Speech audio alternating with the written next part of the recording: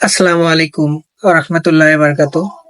আশা করি সবাই ভালো আছেন, সুন্দর এবং সুস্থ আছেন। আলহামদুলিল্লাহ আমিও ভালো আছি। আপনাদেরও দোয়ায় এবং আল্লাহর রহমতে। আজকে আপনাদের মাঝে একটা কথা নিয়ে বলার জন্য আসলে সামনে আসলাম। বর্তমান যে নারী অধিকার বা পোশাক নিয়ে অধিকার নিয়ে, নারী স্বাধীনতা নিয়ে একটা আন্দোলন হচ্ছে। সেই বিষয়ে কিছু আলোচনা করার জন্য আসলে আপনাদের মাঝে আমি আসলাম। যাই হোক, আমার কথার ভিতরে যদি কোনো ভুলভ্রান্তি হয়ে থাকে আপনারা ক্ষমার দৃষ্টিতে দেখবেন। এই যে নারীর পোশাক নিয়ে যে যারা আন্দোলন করছে, কারণ নারীকে মানায় তার পোশাকে। যে নারী হাফ পোশাক বলে, আসলে বলতে পারতেছি না, এটা কি তার আসলে কি সৌন্দর্য দেখা যায়? না, না। একটা হিজাব পরা নারীকে যত সৌন্দর্য লাগে, যত সুন্দর দেখতে ভালো লাগে, হ্যাঁ, যে হাফ পোশাক, লেংটি পোশাক যাকে বলে, যে মাইন্ডে নিবেন না, আসলে আপনাদের বোঝানোর কারণে বলছি। আমার কাছে কিন্তু সুন্দর লাগে না, কিন্তু কার কাছে কেমন সুন্দর লাগে আমি জানি না। এই যে অধিকারটা চাচ্ছে যারা পোশাক নিয়ে, নারী স্বাধীনতা নিয়ে, আসলে এটা কেমন জানি একটা, আসলে এদের কি, কেমন এদের মাথায় কি ঢুকছে আমি জানি না। যখন একটি নারী তার ছোট পোশাক পরবে, ছোটখাটো পোশাক পরবে, দেখা যাবে কি তার একটা চোখের জেনা হবে, যারা যেসব পুরুষ দেখবে তাদের চোখের জেনা হবে, এমনকি তারও কিন্তু গোনা হবে। এখন বিষয়টা হচ্ছে, যদি আপনারা এই পোশাক নিয়ে, যেহেতু আপনারা আন্দোলন করছে, আমি আমি চাই নারী স্বাধীনতা চাক পাক, নারী আহ, অধিকার ফিরে পাক। আমি সেটার বিরুদ্ধে না, আমি তার আসলে এই ছোটখাটো পোশাকের বিরুদ্ধে আমি কিন্তু কথা বলছি।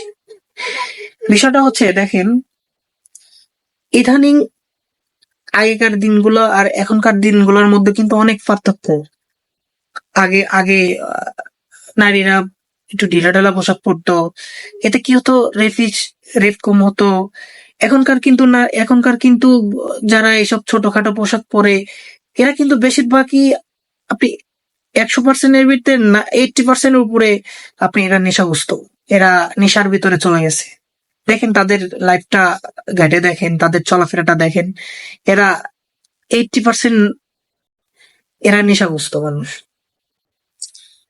এমনকি এই পর্যায়ে যদি চলতে থাকে, যেমন ইউরোপ কান্ট্রিতে দেখেন, ওদের কিন্তু দেখা যাচ্ছে আত্মহত্যার পরিমাণ বেড়ে গেছে। তারপরে আপনার রেপ হচ্ছে, এবং তারা দেখেন বিভিন্ন নেশায় আসক্ত হচ্ছে।